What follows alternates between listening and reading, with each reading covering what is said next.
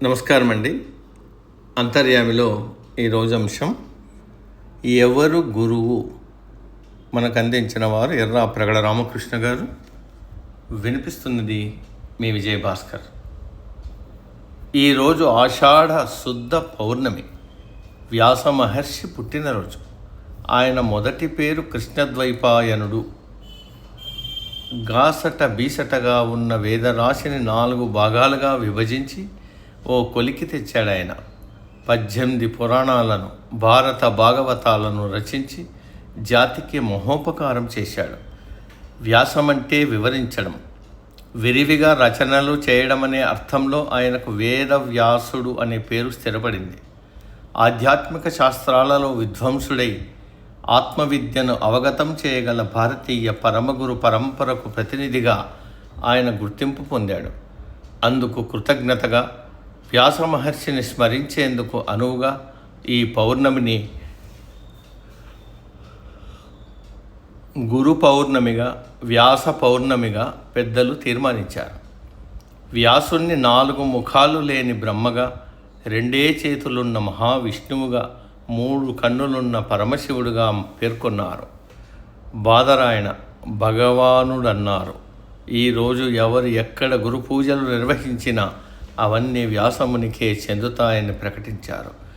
గురు శబ్దానికి అజ్ఞానాంధకారాన్ని తొలగించేవాడన్న అర్థం అందరికీ తెలిసినది. ఆ క్రమంలో గురి, రుజ అనే 2 పదాలు ముఖ్య భూమిక వహిస్తాయి. ఎవరి కటాక్షంతో మనకి ఆత్మవిద్య పట్ల గురి కుదురుతుందో, ఎవరి సమక్షంలో మన సమస్త భయ సందేహాలు మటుమాయమై మనసును అక్షయమైన ప్రశాంతత ఆవరిస్తుందో, ఎవరి మౌనం సైతం అంతులేని ప్రశ్నలకు సరైన జవాబులను ప్రసాదిస్తుందో, మనసులో సత్యాన్ని ఆవిష్కరిస్తుందో ఆయనే మన గురువు. దక్షిణామూర్తి, దత్తాత్రేయాదుల గురుస్థుతులు, గురు గీతాది బోధనలు, రమణ మహర్షి వంటి సద్గురు చరిత్రలు అధ్యయనం చేస్తున్నప్పుడు మనసు తేటపడి అద్భుతమైన నిశ్శబ్దం పేరుకున్నప్పుడు గురు చైతన్యంతో మనకు పరిచయం ఏర్పడుతుంది. గురుభావం స్థిరపడుతుంది.